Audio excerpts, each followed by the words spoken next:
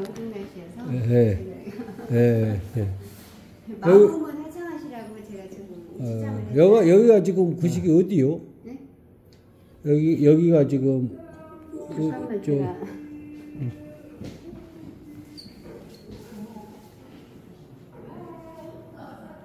마이크. 좋다. 벌써 좋다. 아니 일부러 물어본 거예요. 여기가 지금 여기 신재현 스님 네? 판소리 사설학교 예전에 있었던 그 공간이거든요. 네. 사제대평 대지에 여기가 이제 그 예전 모습을 복원하지 않고 그 중간에 이게 지금 판소리 박물관을 지금 지었어요. 판소리 원래, 박물관? 네, 판소리 사설학교부터 지금으로 말하면 음악하고 판소리 학교라고 보시면 돼요. 그러시군요. 자, 우리 사연에 보면은 이제 그 조선후기의 판소리 모흥도 그 모흥갑이나 이제 대체적으로 이렇게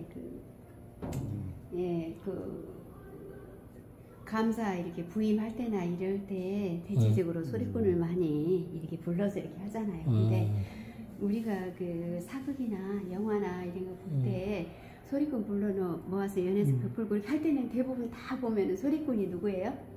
여자로 많이 표현을 하잖아요. 근데 원래는 이게 남성의 전유물이었어요. 그래서 항상 그 예전의 기록을 보면은 고수하고 창자가 다 이렇게 남자로 이렇게 표현이 되는데 여기는 이제 그 모흥갑에 이제 소리하는 그 주석 자리에서 소리하는 모습인데 모흥갑씨가 소리가 워낙 성량이 좋아가지고 심리 밖에서도 실제 들렸을까요? 심리 밖에서도 들렸다고 합니다. 그러니까 지금으로 말하면 4km 정도 이렇게 그렇게 원거리에서도 들을 수 있다고 이렇게 보시면 되고요.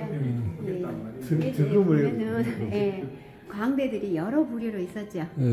그래서 이제 줄타는 있고 아주 잘하는 사람은 이제 줄을 타면서 노래를 하는 것이고 안 그러면 밑에서 접시나 돌리고 하는 패랭이 돌리기도 하고 그래서 방 안에서 할 때는 안방에서 하고 그 다음에 그 대청에서 하고 이제 마당에서 하고 이렇게 이제 그 광대도 이렇게 격이 틀리게 이렇게 자기가 잘하는 순서로 이제 이렇게 방 안에서 할 수 있고 마루에서 할 수 있고 이렇게 바닥에서 할 수 있고 이렇게 이제 격이 이렇게 달랐다고 이렇게 보시면 됩니다. 그래서 이게는 이런 그림들은 그때 당시에 그 개헌기에 그 기자는 김중근 씨가 이런 그림을 많이 그렸는데요. 우리나라에 지금 소장되어 있는 이런 작품보다는 타국에 있는 그런 곳에서 저장된 곳이 많은데 특히나 이제 독일 흠부르크 박물관에 가면은 한 60여 점이 전시가 되어 있대요. 그때 당시에 이제 선교사들이 와가지고 작품을 사갔는데 그렇게 이제 그때가 가치가 있는지를 몰랐죠. 그러니까 외국 사람들이 가져가가지고 더 많이 독일애가 더 많이 되는 우리나라 문화재가 인기가 많이 있어요. 자, 선생님 그 소리하는 소리꾼의 기본 저기 악기가 뭐였어요? 북이요. 그러죠. 자, 우리 천장 한번 찾아보세요. 북모양으로 그랬구나 아까. 천장. 전 세계에서 가장 큰 소리꾼이지 않을까 그런 생각이 듭니다. 그런데 일제강점기 이전에는 이렇게 태극 문양을 이렇게 그려진 것이 우리나라 국기였었거든요. 그런데 일제강점기 때 우리나라가 말살정책인데 이거를 그려서 사용 허락하겠어요.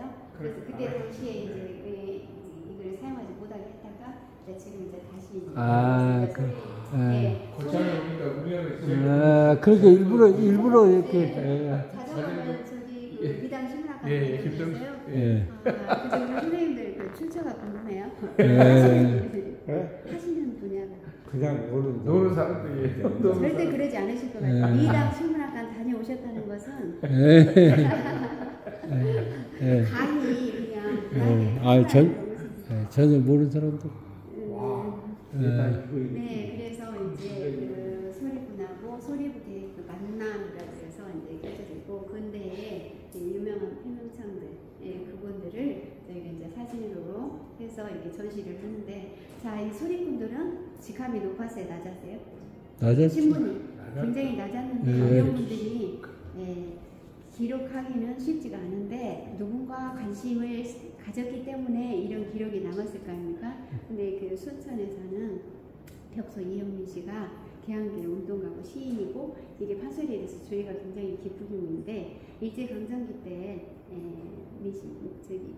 마음이 심란하고 당시는 그 판소리에 대해서 굉장히 연구를 많이 하고 이거를 기록을 해서 후세에 남겨야 되겠다 그 생각을 일찌감치 하셨어요. 그래서 이분이 28년 동안을 이렇게 다니면서 소리꾼의 소리하는 모습을 기록도 하고 한시를 적어가지고 그분을 딱 세워놓고 사진을 딱 찍어서 이렇게 기록을 남아서 지금 현재 그분들이 이렇게 우리가 볼 수가 있는데요.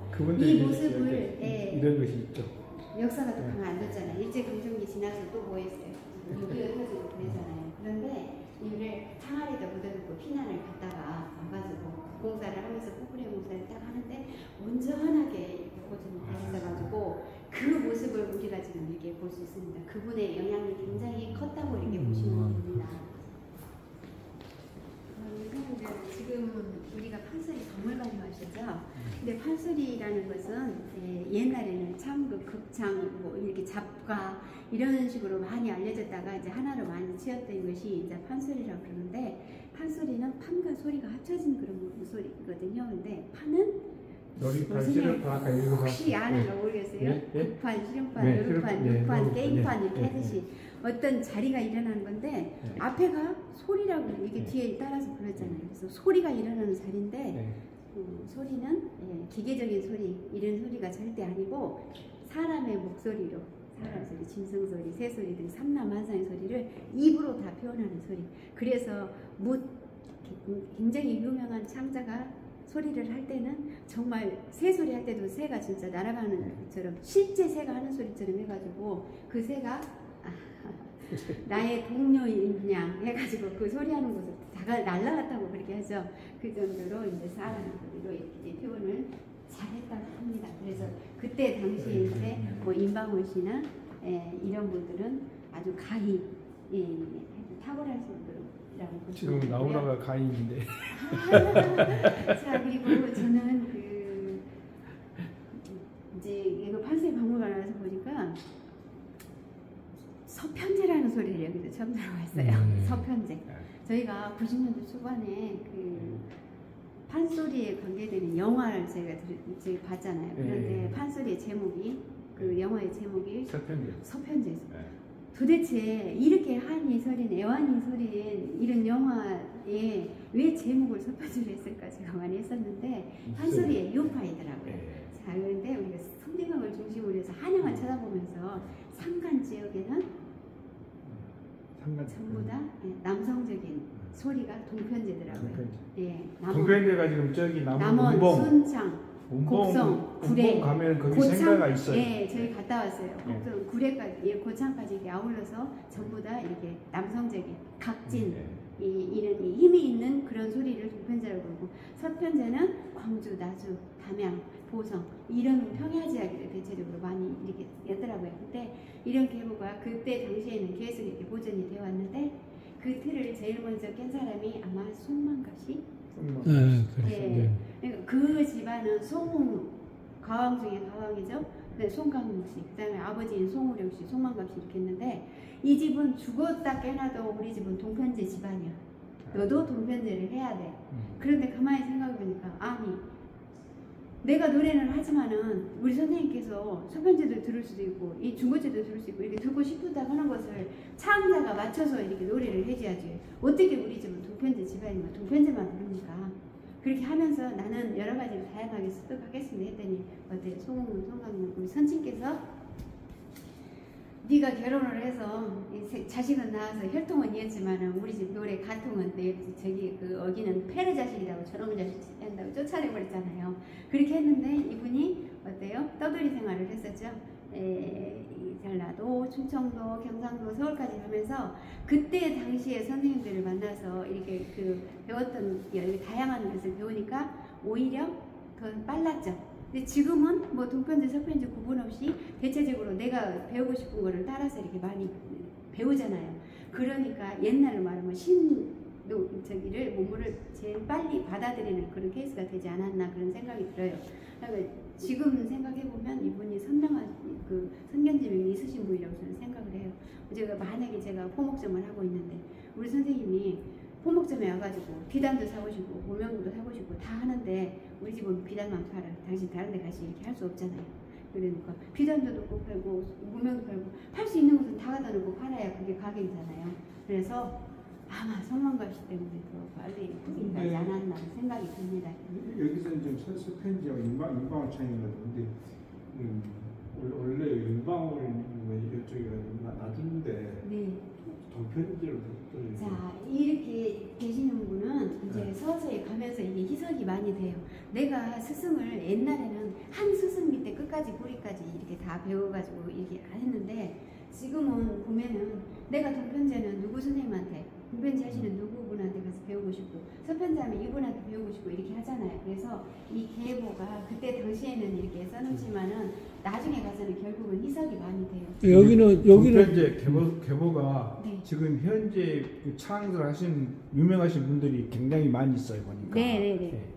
그런데 이제 이 이후에는 다 희석이 됐고 네. 안숙선 씨나 이런 송선 씨 이런 분들은 그래도 동편제를 지금 현재 유지는 많이 하고 있지만은 이런 분들이 딱 이것만 하지 않고 또 다른 저기도 편제도 아울러서 누구 스승이 내가 좋아하는 스승에 따라가서 배우면은 동편제도 이렇게 습득할 수 있고 그러지 이렇게 아예 모자르듯이. 여기 정광수 씨는 저 서편제도 있고 동편제도 있고. 예, 그러니까 이제 그 계보가 조상현 씨도 서편제 동편제 다 같이. 동편제 다 올렸는데 이제 제가 볼 때는 이제 이분은 저희가 어렸을 때 김소희 선생님이랑 같이 여기 고창, 김소희 선생님이 고창분이에요. 네. 그래서 저희가 여기 모양성 안에 있는 학교 여중고를 다녔는데 거기에 1년에 한두 번씩은 어버이날이나 이럴 때 행사 때 와가지고 이렇게 소리를 이렇게 하셨어요. 그때 초등학교 저학년인 딸을 데리고 왔는데 그분이 박윤철 씨예요. 왔는데 와서 이렇게 불렀는데 나는 요상현 씨 같이 이렇게 잘생기고 이런 분만 판소리 하시는 줄 알았어요. 그때 당시에 그냥 뿅 갔어요. 근데 이분이 제일 먼저 무형문화재 문제되고 이렇게 막 하실 줄 알았는데 이분이 광주 예술회관 관장으로 이러시면서 비리를 해가지고 이분만 아마 그 지금 뭐 무형문화재 이런 저기를 전혀 못 받으셨던 걸로 알고 있어요. 이분이. 예, 저는 저분 같은 분이 없다고 이렇게 생각을 했거든요. 자, 그리고 다른 저기 이름은 잘 몰라도 쑥대머리는 아주 기가 막히게 이렇게 했던 분이 임방울 씨거든요. 근데 이분은 거린들을 제일 먼저 많이 생각을 하셨던 분이에요. 그래서 어디 이렇게 그 극장에 가서 이렇게 무대에 서도 조건이 뭐냐? 그리고 길거리에 이렇게 거린들을 이렇게 그 무대 안으로 저기로 천막 치고 그때는 돈 받고 이렇게 공연을 하잖아요. 관람할 수 있게끔. 네, 그런 분들을 제일 먼저 관람할 수 있게끔 마음 배려를 많이 해주신 분이 이분이에요. 그래서 이분의 유명한 일화가 있어요. 50대 중반에 이분이 이제 그 병에 걸려서 돌아가셨는데 그때 당시에 상여가 나가잖아요. 상여가 나가는데 그때 그 만장이라고 그러죠. 그거를 하는데 같이 이렇게 그 소리했던 소리꾼의 만장이 한 100여 장이라 그러면은 거린들이 들고 간 게 100장이 넘었어요. 그래서 그 인품을 약자의 거린들한테 그렇게 많이 배우신 소리로서 임방울 선생이 그랬다 그 말이죠. 소경자라. 그렇게 했었던 분이고 제가 이제 초입에 말씀드렸듯이 모든 행사나 뭐 과거 급제나 하든지 뭐 이렇게 했을 때 행사할 때 꼭 이렇게 소리하는 소리꾼을 불러 모았는데 그때 당시에도 아니라 다를까 이때까지만 해도 남성의 전유물이기 때문에 남자가 이렇게 많이 했었어요. 그런데 연극이나 사극이나 이렇게 우리가 드라마 같은 거 이렇게 보면은 대부분 보면은 이렇게 연애색을 베풀고 그러면은 여자들이 나와서 춤추고 뭐든 하는데 실제 소리하는 소리꾼은 예인은 절대 예인이지 가인이 아니 저기 기인이 아니라고 했어요. 기생이 아니니까 박기용 선생님 같은 경우에는 술 따르는 일은 절대 하지 말라고 다 신신당부했었어요. 근데 이제 드라마 같은 데서 약간 세월이 흘러버려. 자, 동리 신재호 선생님은 중인 시부님에도 천석군이었어요. 왜 천석군이었느냐? 나쁜 짓에서 그런 게 절대 아니고 아버지가 경기도 사람인데 관약방을 운영을 했어요. 근데 여기 고창하고 연계된 이유가 뭐냐? 고창의 특산물이 예전부터 굉장히 유명했었나 봐요. 그래서 고창의 특산물 하나에 올라가는데 중간에 그 도면상을 했던 분이 관약방이라고 그러죠. 신지호 선생님 아버지가 해가지고 고창으로 내려오시게 됐어요. 그런데 그분이 40대 42살인가 그분이 신지호 선생님을 낳았어요. 삼녀 일남이죠. 늑동이를 이제 아들을 낳았어요. 그런데 그때 당시에 이제 공부도 가르치고 했는데 이게 과거 시험 보도 활 잘 쏜다고 못 가요. 학교 갈 수도 있고 없는 중인 신분이잖아요. 그런데 이분이 가진 것은 천친한 아버지한테 많이 받았지만은 배품을 굉장히 잘했어요. 경복궁 낙성현 때나 여기 홍수가 나고 막 이럴 때도 구휼미 이렇게 했을 때도 다 이렇게 베푸신 분이에요. 근데 그분이 그렇게 가진 거는 많은데 자기 시름을 어떻게 잘 내겠어요. 그래서 소리하는 사람들을 무료로 취직을 여기에서 다 시켜주면서 50여 채 집을 지어가지고 다 여기서 무료 취직을 하면서 소리 선생을 데려다가 가리키고 많이 했었어요. 근데 그분의 집에 이제 인공적인 연못을 만들어요. 석가산을 만들어서 이렇게 연당을 지어서 소리 연습을 하게 되는데 한쪽은 마루를 만들고 루각이죠. 한쪽은 방을 한 칸을 이렇게 만들어가지고 이제 선생님은 신지호 선생님은 이 방 안에 들어가서 이게 소리하는 소리꾼들의 그 소리를 들으면서 시름을 잘 냈다고 하는데요. 그때 그 이 방 안에 도배지가 검정색이었어요. 낮을 밤까지 밤을 낮같이 이렇게 기도하면서 검정색으로 예, 그래서 저 초입에 이렇게 보시면은 소리꾼이 원래 그게 생각 도배지가 예, 그분이 그 도배지 여기 안 도배지가 검정색 안 봤는데 아니 나가면 이제 보실 수 있어요. 그래서 저는 왜 이렇게 박물관에 화려하게 저기 도배지를 하지 왜 저렇게 모습으로 그랬을까 했는데 이 신지호 선생님이 평상시 이렇게 도배지를 검정색으로 돈은 많이 있지만은 네. 지금 생각하면 중인의 신분으로서 상당히 출세갈 수가 없어요. 우뭉한 사람이에요. 아니 근데 다른 사람을 데리고 들어가서 저기 한 게 아니라 혼자 이렇게 시름을 달랬다고 이렇게 하더라고요. 그걸 모르지. 이게 모르겠네. 어떻게 생각하면 아, 중인의 그거는- 신분이니까 출세를 못하니까. 출세도 못하죠. 예, 돈 있다고 해서 돈 있다고 해서 마음대로 할 예, 수도 없고 예, 그런 정도. 남용을 할 수도 없고 근데 그래서 집이 엄청 크잖아요. 큰 집이. 본인 집이 큰 것이 아니고요. 여기 대지가 4,000여 평인데 여기에 50여 채 집을 두고 이렇게 소리를 그러니까 아까 하는 이야기한 사람을 것처럼 했다고 제가 소리꾼들 말씀드렸잖아요. 그런데 먹이고 제키고 예, 공부시키고 풍족하게 그래갖고. 본인이 누리고 살면서 이렇게 사는 것이 아니고 예, 다 이렇게 품어안은 거죠. 그래서 그분이 이렇게 50여 채면 최소한 일가족 2인 정도 된다고 해도 100명은 넘잖아요. 그 자녀분도 있고 뭐하고 이렇게 하겠잖아요. 그런 사람들을 먹여서 길게 오게 살리려면은 하루 3끼 갖고는 조금 부족할 것 같으니까 긴 세월을 못 가니까 1인 2식 그래서 아침에는 늦게 일어나라 저녁에는 일찍 자라 2끼 이렇게 했다고 그럽니다.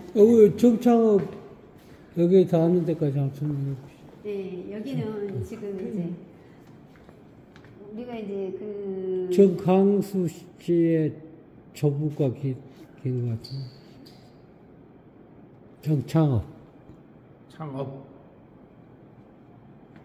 이분에 대해서는 제가 아 그래요. 그러시구나. 선생님 지금 어느 지역에서 오셨어요? 나주. 전남 나주에서요. 네. 나주에서 정찬업 씨 많이 저기요. 네. 그러니까 지금 정광수 오시는 씨. 선생님들이 정강수 씨. 예, 익산에서 오시면은 누구, 그다음에 완주에서 오시면은 권산득 씨, 저기 그 보성에서 오면은 또 그러니까 자기 지역만 와가지고 이렇게 표현하는데 저희는 고장군을 두각을 나타내고 표현합니다. 정창업 씨하고 정강수 씨가 아버지인데 예, 이게 이렇게 되더만.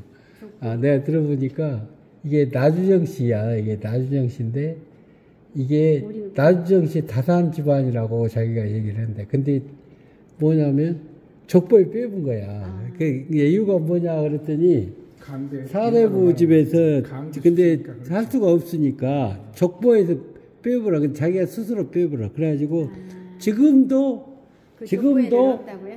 지금도 그 얘기를 안 해. 지금 그 손들이 있잖아요. 그렇게 돼갖고 있더라고. 네, 부끄럽다고. 그렇죠. 이제 그 당시에는 양반 지금 집안에 예. 메인이 나왔다는 것은 있을 수 없는 예, 일이고 그래. 권삼득 씨도 그러잖아요. 예. 그리고 여기가 보면은 양반 출신이 여기 정광수 씨가 여기 기잖아요. 네? 조부 정창호. 근데 이분도 마찬가지로 그렇게 되었고 있더라고. 아니 나도 모르는데 그렇게 설명을 해요. 사학자장 교수 먹어요. 아니 그때는 그러고도 남죠. 지금 우리가 지금 그 소리꾼이나 누구 이렇게 예인들 이렇게 나오고 그 화가 나오고 보면은 밥 벌어먹게 살겠네. 영상을 할 때 지금 이제 운명하신 분들이잖아요. 네. 근데 이제 그 과거, 현재, 미래를 얘기를 하니까 손들은 자기가 그 손이 아니기를 그것이 나가기를 안 바라는 거야. 자기 이렇게 훌륭한 문화적인 그런 측면으로 봤을 때 우리도 말할 수 없는 분들은 그런 내용들이 있고 그 중에서 좀 나주에도 이제 또 예. 타겟이 되는 분이 또 있으셨나요? 아니 신청 거기를 복원하면서 이게 거기가 이렇게 전시가 돼 있어요. 이제 옛날 그분들 정강수 씨가 아버지고 정창업.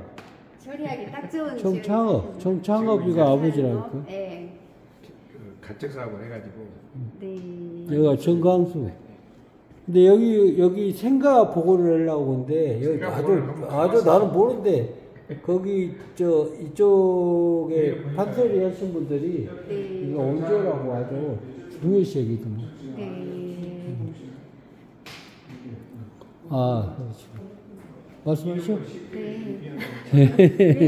잘 많이 하시고. 자, 우리 선생님, 저희는 이제 고창 파트로 넘어와서 제가 표현을 해드리겠습니다. 자, 제가 이제 여기까지 왔을 때에는 소리가 남성의 전유물이었고 남자들이 이렇게 창을 할 수 있고 이런 얘기를 했었는데 시대적으로 이제 딱 깨는 계기가 이제 이렇게 나오죠. 그런데 그 동리 신지호 선생님이 그 소리하는 사람들은 다 모르를 취직을 하면서 가르친다고 그랬죠. 그런데 여기 고창의 바닷가 쪽에 그 단골레미 딸이 무당 딸이죠. 어렸을 때부터 이제 엄마를 따라다니면서 그 이제 엄마의 모습을 보면서 자랐는데 이제 소리가 이제 익숙했겠죠. 그런데 이제 고창 여기에서 신재호 선생님께서 많은 소리하는 사람들을 모아서 무료로 취직하면서 가르친다 하니까 나도 가봐야지 해가지고 와서 이제 여기 신재호 선생님한테 저도 한번 배우게 해주십시오 했더니 그때 당시에는 절대 여자가 배우면 안 되잖아요. 그래서 몇 번을 안 된다고 이렇게 많이 했었어요. 그런데 포기를 해요. 소리에 미치고 싶은데 그래서 어떻게 못하죠. 그래서 그때 당시에 이제 제가 여기에서 허드렛 일만 하게 해주십사 하고 겨우 허락을 얻었어요. 얻었는데 소리꾼들에게 김세정 선생님께서 이렇게 소리꾼들을 많이 가르치는데 일하다가 그게 습득이 안 돼요. 어깨 너머가 더 빠르잖아요. 배우고 싶은 거기 때문에. 그렇게 해서 습득을 했어요. 그래서 어느 순간에 이제 신재호 선생님께서 예, 잘하고 소개하는데 그때 당시에 어때요? 경복궁 경호를 낙성일 때 흥선 내용군이 소리를 굉장히 좋아하셨잖아요. 전국에 있는 소리꾼들을 다 모으라 해서 예, 한번 경연회를 여는데 신재호 선생님이 이렇게 잘하는 애인데 너도 가서 한번 예, 수학을 잘하면 경시대에 내보내듯이 너도 한번 가서 해봐야 되지 않겠느냐 했는데 그때 당시에 김세정 선생님하고 같이 이렇게 여자로 보낼 수는 없으니까 남장을 해가지고 한번 다녀오느라 네 소리가 어느 정도인지 한번 이렇게 보자 해가지고 데리고 딱 올라가서 경연대회에 참여를 했어요. 그때 큰 상을 받아버렸구만 거기서. 그때 당시에 이제 어마어마하게 흥선 대원군이 소리를 좋아하시는 분의 귀에 딱 들어와버렸어요. 그래서 그때 당시에 소리가 딱 끝나니까요. 실제 이렇게 사용하고 있던 금토시를 딱 벗어서 진짜 선물로 이렇게 주면서 너 오늘 하루로 안 되겠다. 사냥을 보고 가거라. 그래서 붙잡았어요. 그럴 수밖에 없건데 왜 그러냐면 소리에 이제 내가 남자들 목소리하고 여자들 목소리하고 틀리잖아요. 그때 당시에는 여자라고는 생각도 못했죠. 생각도 못했는데 목소리가 여자 목소리가 나올 거 아닙니까? 그러니까 흥선 대원군이 홀딱 반했을 수 있어요. 그렇게 해서 이제 잠깐 올라라 했는데 이제 형님 신씨요? 네? 우리 신씨는 아니까. 아 그래? 네, 그렇게 이제 머물러라 해가지고 했는데 그날 밤에 그 딱 진채선이만 남아 있겠어요. 이제 몇 명 더 뽑았겠죠. 근데 거기에서 이제 생리 현상이 틀린 거를 알아내고 있어요. 그래가지고 이제 말을 했겠죠. 아무래도 이상합니다. 그랬더니 대원군이 딱 와서 보니까 아니 인연이 어느 한전에 누구한테 대원군이 아니고 임금격이잖아요. 그런데 노래를 너무 잘하니 이제 여자니까 이제 노래 옳지 잘됐다 하고 내려오려는 것이 아니라 여기에 이제 묶이게 됐어요. 그래서 여러 곳에 불려다니면서 이제 소리를 하기는 했지만은 선생님께서는 그렇게 노래를 잘하는 여자를 내 품에 같이 놓고 두고두고 가르치고 싶잖아요. 그런데 그게 딱 끊기게 됐어요. 여기 경복궁 이렇게 가가지고 이렇게 너무 잘하는 바람에 그래서 이제 팔자가 바뀌었다는 의미로 이제 저희가 이제 너무 잘해도 그게 했어요. 막 팔자가 바뀌. 야, 사람 기회가 그렇게 많고. 너무 잘해도 자, 보통 뭐 보면 이제 여기까지는 이제 고수하고 창자하고 이렇게 1대1로 매칭해서 이렇게 했다고 그러면은 이제 1940년도 이렇게 넘어가면 이제 연극 형식으로 이렇게 많이 바뀌잖아요. 근데 이제 지금 이 모습은 춘향전에서 이몽룡이가 과거에 급제를 하고 나서 왔는데 올매구만요, 올매. 예, 춘향이가 이제 옥에 갇혀 있다는 소리를 듣고 찾아가지요. 근데 올매가 알아봤어요? 못 알아봤어요? 못 알아봤죠. 그렇죠. 내가 누구 해갖고 이제 누굽니다 했더니 아니 옷은 거짓 차림이 아니니. 어쨌든 이제 인재였냐 뭐냐 이제 이렇게 저기를 했었는데 이제 그때 당시에 이제 춘향이의 머리가 무슨 머리였어요? 쑥대머리. 쑥대머리. 예. 이 옥에 갇힌 여인네를 날마다 씻고 머리 단장하고 뭐 하고 있어라 할 수 없겠어요. 그 이제 머리가 이제 이렇게 엉켜진 머리가 아주 쑥 이렇게 말려가지고 이렇게 꼬아진 모습으로 돼갖고 쑥대머리. 아, 그래서 머리구나. 그 원리를 이제 알았네. 나도 몰랐어.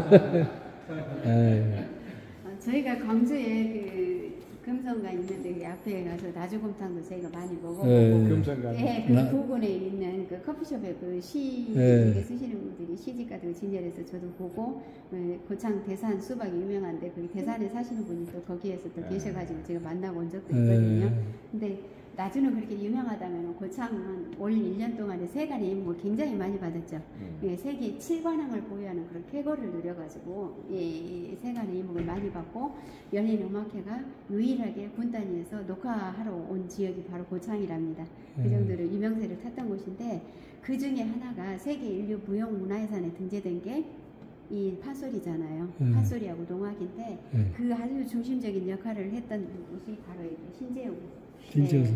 보통 무형문화재는 형태가 없기 때문에 그걸 어떤 증명에 대해서 보여줘야 되는데 판소리 그 6마당이 12마당 그 6마당이 이렇게 되어 있었어요. 그런데 세계 인류 무형문화에서는 5마당이 등재가 됐어요. 아, 근데 한마당 어디가 없어요? 뭘까요? 예? 병강세가. 병강세. 자, 우리의 표준말은 대체적으로 볼 때 서울말을 표준말로 저희가 그렇죠. 표현을 하잖아요. 그리고 기록도 그렇게 하고. 그런데 이 판소리만큼은 고창의 표준말로 다 기록이 돼 있어요.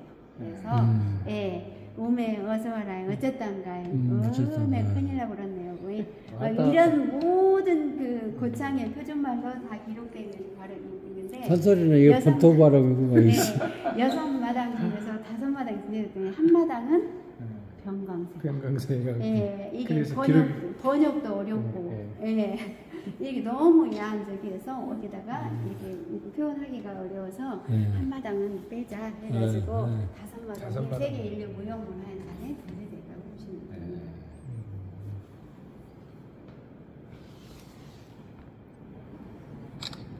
지금 이제 그 저희가 12월 지나면은 여기가 예산이 30억 정도 세워져가지고 여기가 1년 예산입니까? 1년 2001년도에 여기가 2월 25일날 개관을 했는데 20년이 넘었어요. 그래서 여기를 새로 이제 리모델링도 하고 증축도 하고 하느라고 이제 12월 이후부터는 아마 이제 여기가 잠정 약간 휴관을 하고 나서 행사에 이제 다시 리모델을 이렇게 들어갈 예정인데 그때 당시에 이런 모습으로 했다는 것은 굉장히 획기적이었거든요. 근데 약간 이제 날름으로 이제 되어 보이는데 이때 가시면은 여기는 그래서 엘리베이터도 없어요.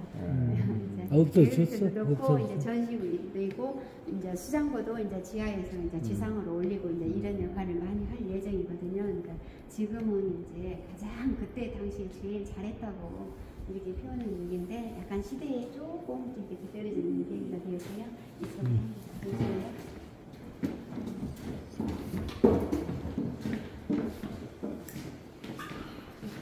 여기 오시기 전에 독립정사 초가집 한치는 보셨죠? 보셨는데 그 바로 고창 읍성 쪽으로 가시면은 독립국악당이 있어요. 기아집으로 돼 있어갖고 큰 건물이 있는데 독립국악당 독립 선생님의 호를 따서 이렇게 표현을 했거든요. 정각인데 여기에는 그 동양의 세익스피어라고 이렇게 할 수 있는 분이 바로 동리 신재호 선생입니다. 우리가 태어난 것도 마음대로 안 태어나고 죽는 것도 마음대로 못하지만은 생사일이 이분은 딱 한 날이에요. 11월 6일. 예, 그래서 그 행사를 기점으로 해가지고 한 해에 가장 활약을 많이 했던 소리꾼이나 고수나 학회나 연구자나 이런 분들을 그 중에 한 명이나 한 단체를 택일을 해서 시상을 해요. 그래서 그게 독립대상이라고 그러는데요. 우리가 현직에 있으면서 가장 큰 상이라고 보면 아마 대통령상을 많이 칠 건데 소리 하는 사람은 이 상을 타야지만이 가장 내가 소리로서 인정을 받는 상이다 이렇게 하는데요. 명창. 그 시상식을 언제 하느냐? 생사일이 같은 날 11월 6일 날. 그래서 11월 6일 날은 평일이든 휴일이든 꼭 그날 하루도 지체하지 않고 그날 하는데 올해도 시상을 했습니다. 올해는 몇 번째냐? 33회째. 네, 1991년도부터 했는데요. 최초로 타신 분은 우리 고창 출신이면서 여류 국창인 김소희 선생. 네, 그분이 하셨고 또 하나는 1년에 한 번씩 어린이 왕중왕전 녹화를 합니다. 필히 여기 독립국악당에서 하는데요. 1회 대상을 받은 어린이가 토요일날 황금 연못에 나오는 남상일 씨. 네, 어렸을 때 대상을 받아가지고 그때부터 이렇게 커가지고 여기가 여기는 이제 그 유태평양 근데 그 조통편씨 제자로 이제 많이 삼았던 것이고요. 네. 여기가 지금 여기가 인연복 중에서도 스승복을 타고나야 된다는데 이제 조통편씨의 그 제자가 이제 그 유태평양일까요? 여가 독립대상에 약간 김소희 이래가 김소희고 제일 지금 이제 여기가 이제 30세까지 제일 마지막에 박계양 그 다음에 박양덕 그 다음에 아까 그 신재우 분이 여섯 책자였는데 그거를 갖다가 청계 마을에서 해가 필사를 해가지고 한 14개 1000개분이 나왔어요. 그래서 그분을 보관했던 그분이 작년에 박종옥 씨라고 하고 올해는 판소리 김수연 씨가 수상을 했습니다. 그래서 33회째 행사가 33회째. 네, 죄송합니다. 그래서 조상인 이 양반 어디서 많이 벗어나가지고. 아까 보셨죠? 유명한 사람이죠. 그분이 전남 예술회관 관장님. 그래서 비리로 걸렸다고. 방송에 잘 나오신 분이. 그래서 지금도 무형문화재 대회가 없어요. 그러시구나. 네. 남상일이 안 탔어요? 아이고 지금 어린 삐약인데 어떻게 타요? 지금 조통래 제자로 지금 크고 있어요. 40대. 예, 40대 초반. 예, 그 정도밖에 안 되고. 그러지, 아주 게임이 안 되죠. 아니 여기 성씨가 월씨가 있는데 월씨는 좀 비싼 것 같은데 아니게 월종선. 많이 들어본 이름은 장월중선, 이화중선도 있잖아요. 이화중선도 있구나. 장월중선. 그런데 여기는 뭐죠? 어느 시기에 이렇게 그 아버지 어머니 성을 합쳐갖고 이렇게 부르는 데가 많잖아요. 그래서 요 근래에 가끔 가다가 역작을 이렇게 넣어가지고 유명하시는 이름이 제일 높은 자리 박창원 나온 놈이 세긴 하죠. 이분도 이제 굉장히 최고령이신데 아직 이제 살아계신다 그러고요. 이제 김소희 선생님께서 제일 아끼는 제자고 가장 열심히 노력하고 지금도 그 명을 유지하고 있는 분이 바로 이분입니다. 우리 남편에도요 생각이 안 나네. 안성이요? 안성현 씨. 거기는 그거하고 전혀 아니지. 엄마의 누가야. 아니 말고 작곡가. 아니 있잖아 그 생각 이런 명창하신 분 갑자기 생각이 나요. 그 신재우 선생님은 그냥 이제 계셨으면은 아마 이제 세간에 많이 알려지지 않았겠죠. 있겠지만은 이분은 대작가, 이론가, 후원가 하여튼 모든 판소리에 대해서 정말로 이분이 없으면은 지금까지 이렇게 판소리라는 그 저기가 사장되었을 법한데 이분의 그 영향이 그렇게 커서 지금까지 연맥을 유지하고 있고요. 이분은 실제 그 본 사진은 아니고 이분의 손자가 저희 학교 다닐 때 도덕 선생님이었어요. 그래서 이분이 우리 선친 그 모습을 제가 제일 많이 닮았다 그래서 그분의 모습을 손자 얼굴로 해서 초상을 기렸구나. 네. 이 교지를 받은 거요? 예, 실제 받았어요. 예. 실제 받고 이분은 통정 대구네. 네.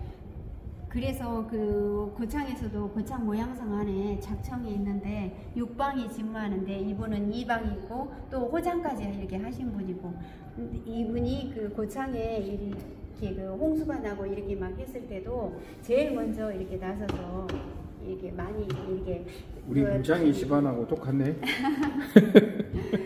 그래서 가진 것이 있음에도 사람이 그 다른 상대적으로 이렇게 이분을 비방하고 이런 분들이 거의 없었다고 이렇게 보시면 되고, 예, 그리고 이분의 그 일품을 이렇게 보시면은 화려하거나 그런 게 전혀 없어요. 그러면 모든 사람들이 다 아우르는 그런 것으로서 인품 또한 갖추는 그런 분이라고 이렇게 보시면 되고요. 아, 그러면 저 사진이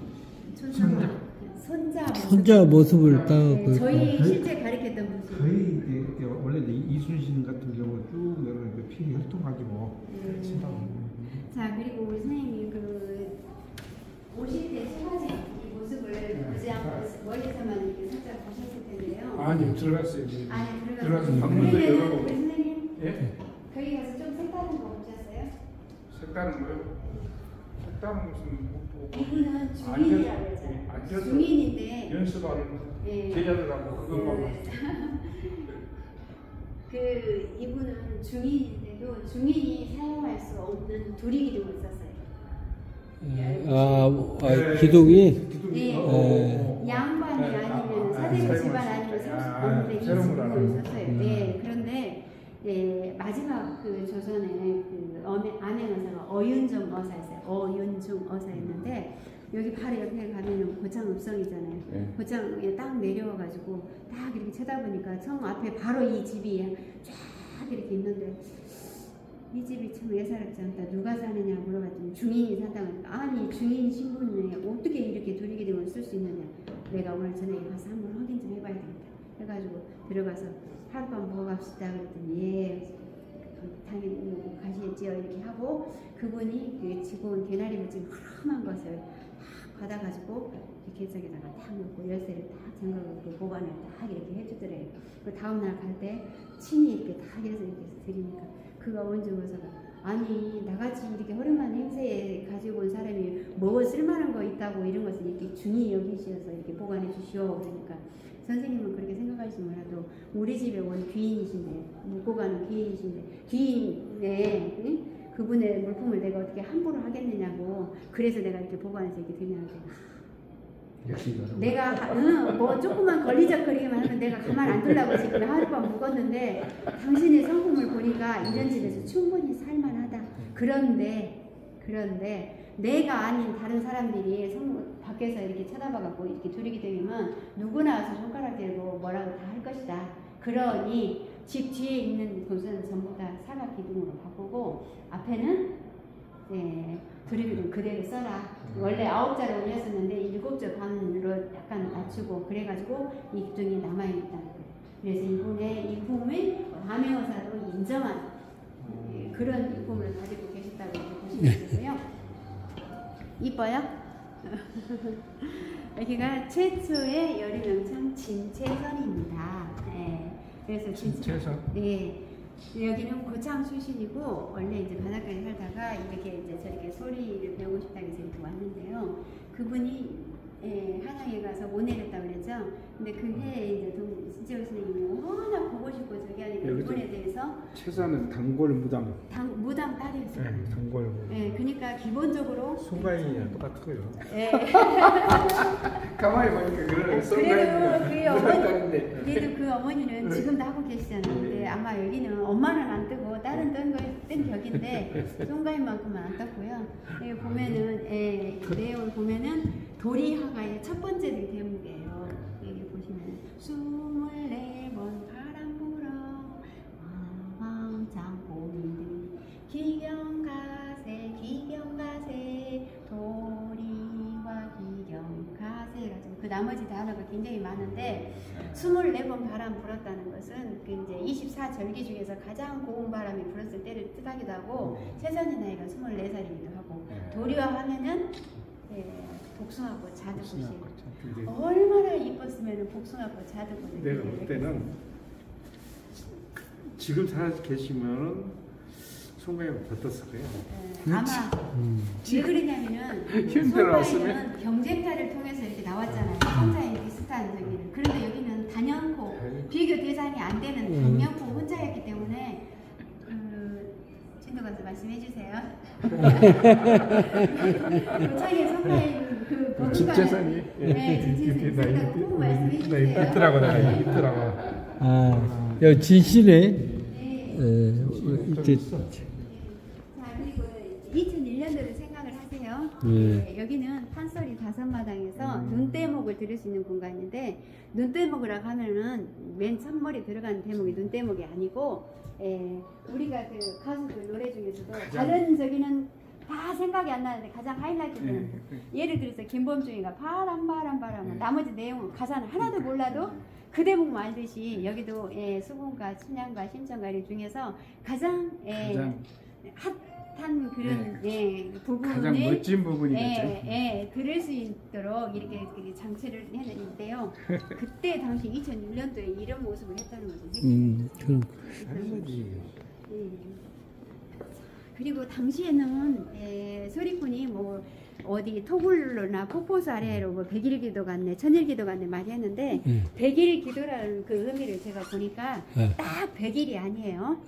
백온 이렇게 가장 큰 우리가 그 사찰에 가서도 만세로 뭐 이렇게 막 하잖아요. 그거는 1만 만자에서 만세로가 아니고 무한의 세월을 뜻하더라고요. 그래서 여기도 백일기도 하면은 딱 정해진 백일이 아니라 그렇게 긴 기간 동안에 그 시간을 이렇게 백일기도 들어갔네 이렇게 하더라고요. 이제 100일이란 것이 여자들은 3개월 아니니까 이게 한 달에 한 번씩 이제 하는 일.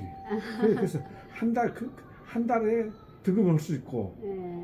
그런데 여기 100일의 의미는 딱 그 숫자상의 100일이 아니고 그렇게 긴 시간이라는 그런 표현을 한다고 그렇게 이야기를 하더라고요. 폭포가 나올 때 이게 득음하는 장소고 그리고 이제 그 폭포수 아래서 하면은 내 소리가 폭포수를 뚫고 나와야 돼 이렇게 득음한다고 많이 표현하잖아요. 그런데 우리 선생님 노래 그 나중에 이런 데 가서 배워봐야지 하시지 않으셔도 돼요. 왜 그러냐면 요즘은 아파트 안에서도 방음장치 다 해가지고 원거리 가지 않으셔도 다 되는데 소리를 못한다고 하시기에 장소가 뭐 안 좋아서 못한다고 안 하시면 지금은 금싸레기 땅들이요.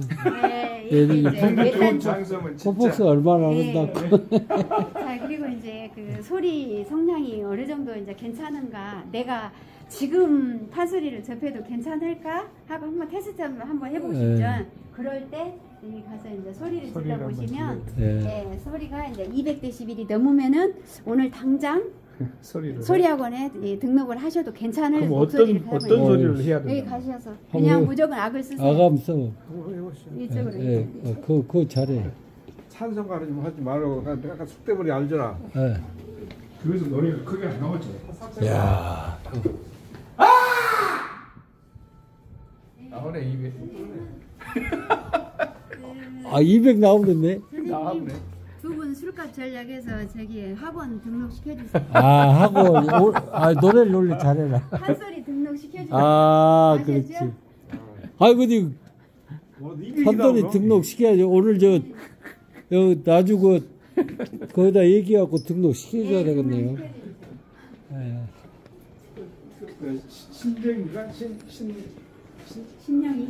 아니 말고 네. 우리 그 차간데 예, 아주 차간데. 예, 여기는 이제 그 저희가 이제 판소리 이제 강연도 하고 예. 판소리에 대해서 이론 공부도 하고 예. 알고 가고 싶고 이렇게 할 때 한 15, 16분 정도 이렇게 드러나서 이제 시간대별로 계속 이제 돌아가면서 이제 하기도 하고요.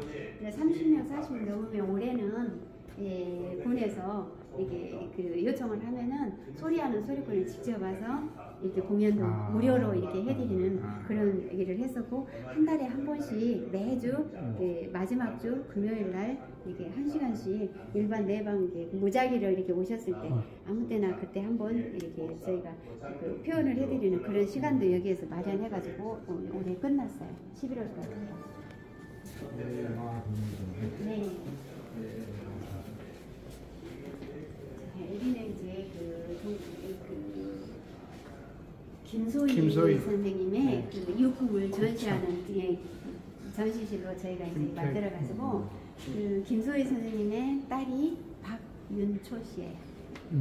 예, 그리고 그분의 제자가 여럿 있는데 이제 이명희 씨하고 고창군하고 해서 한 290여 점 유품을 여기에다가 이제 전시를 해서 그분 평생에 살아오신 그 역사를 이렇게 마주할 수 있게끔 이렇게 조그만하게 이렇게 전시실을 마련했어요. 근데 이분이 그 소리 가지고 고생해본 적은 없다고 그러죠. 그렇게 소리는 굉장히 좋았고 소리가 어떠한 소리도 다 성량으로 표현할 수 있어서 그 우리가 그 천의 무봉이라고 그러잖아요. 천을 보면은 그 봉제 이음선이 전혀 없는 그 옷을 천의 무봉이라고 하는데 이 사람 목소리가 그렇게 예, 그 천우무봉에 비교할 만한 그런 지금 말하는 목소리를 우리 이미자 목소리 예, 똑같네. 그리고 이분이 또 세간의 이목을 받게 했던 때가 언제냐 이렇게 그 유럽이나 그 미국이나 캐나다 같은 데 공연도 엄청 많이 다니면서 그 판소리에 대해서 많이 알렸는데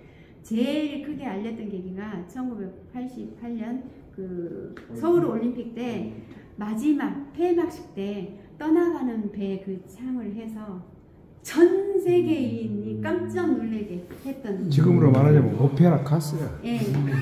야, 그때 거기구만. 1988년 서울 올림픽 서울 올림픽 때 부를 때. 예, 곧 우리 대한민국을 세계에 각인시키는데 가장 큰 역할을 그때는 뭐 대한민국 막 이런 그때 한번 그 했던 그런 곡처럼 오페라가 아닌 판소리로 세간의 이목을 받게 해준 그 계기가 바로 이 주인공 이분이었어요. 작지만 큰 사람. 네, 그분이 실제 이것도 옷이요? 네, 그분이 키가 그렇게 크진 않아요. 네, 굉장히 작고 이목구비는 뚜렷하고. 여기 돌아가셨지라. 15년 돌아가셨어요. 그분이 실제 많은 제자들을 양성하면서 실제 사용했던 이 부분, 소리 부분 이렇게 그 구멍이 달려가지고 끈을 이렇게 엮은 것은 사물놀이한테 쓰는 사물놀이들이고 이렇게 챙이 360도 이렇게 해서 가죽을 잡아당기면서 이렇게 박았던 책이 있으면은 이게 바로 소리북이에요. 얼마나 연습을 많이 했으면은 옆에 있는 그 챙이 다 나간 거예요. 그리고 그분은 드르륵 탁탁 때리니까 소리하는 소리꾼은 소리만 해서 예인이 절대 아니다.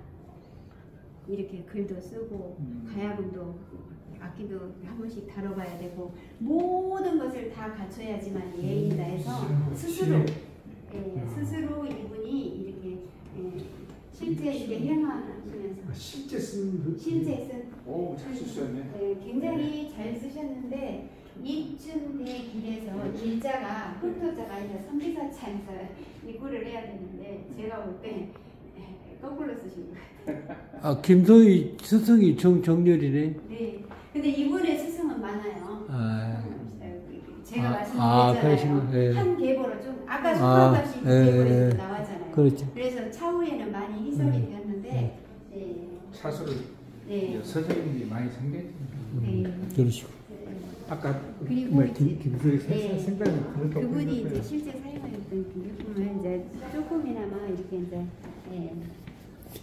맞이할 수 있도록 이거 표현해서 지금 생각나시죠? 이것이 뭐 생각은 나는데 오래된 것은 아니에요. 우리 어렸을 때 이렇게. 그게 없어. 저 우- 옛날에 그때 많이 당시에는 없었어. 다 버렸죠. 나 버려.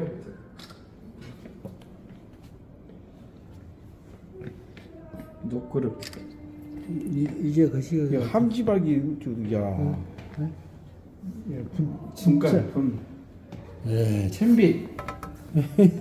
챔빗이 얼굴 째까는 것도 있었네. 뭐야? 예. 아, 근데 동동구름각은 안 보여. 동동구름아 이게 아니야? 저거 아니야 저거? 에? 아니. 전남 여자 보통 우리가 동동구름은 이렇게 우리 그 남자들 말하면은 분가. 조금 올라가고 이렇게 올라가고 이렇게 올라가고 그러니까 생각은 나는데 설명을 잘 못들어.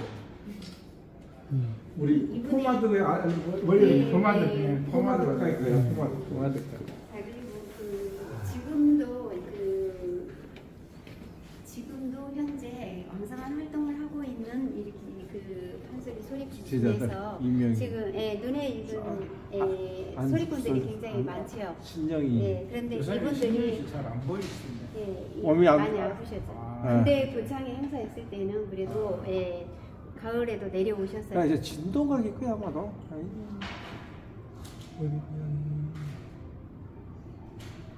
부산이 시선. 오정에는 저거 아니요. 첫 편지에 있던 아, 그래서 제가 말씀을 드리려고요. 이 김소희 선생님이 이렇게 제자들이 다수 굉장히 많았는데 굉장히 많이 아꼈던 제자예요. 이게 초등학교 들어갔을 때 실제 시골에서 올라오라 해가지고 내 집에서 도시락까지 이렇게 싸주면서 정말 정성을 들여서 소리를 가르치고 이렇게 했었는데 서편제가 그 주인공으로 나와가지고 그 서편제가 뜨는 바람에 여기서 이제 주변에서 이제 많이 판소리도가 아니라 이 민요나 이런 이제 드라마나 MC로나 이런 데로 많이 불려다니기 때문에 아무래도 이제 그 스승님의 길을 이렇게 신경 써서 이렇게 배우지를 못했어요. 그래서 마지막에 이렇게 돌아가시기 전에 조금 미워하셨다고 그래요. 그런데 이 길이 이제 신문물을 받아들이고 내가 살아갈 길이고 그쪽에도 인기 있는 곳으로 가야 하는 게 당연하잖아요. 그런데 그렇게 이제 끝까지 선생님 길을 고수하면서 가지는 못해서 선생님이 조금 서운해했다는 가운데 길을 끝까지 걷지 못했고 와. 그런 이야기가 이렇게 전해오더라고요. 그래서 마지막 제자는 오정희 씨까지 이렇게 이어집니다. 마지막 제자가 오정희 씨구나. 그래서 그 제자의 명단에 그래도 미흡지만은 그래도 그 제자인데 그래서 제가 명단에 올라가지고 그래서 선생님 한 바퀴 이렇게 딱 돌아보니까 아까 제가 표현했던 그 모습 중에 하나가 뒤에 이렇게 쳐다보시면은 저람이 어떻게 되시오? 저는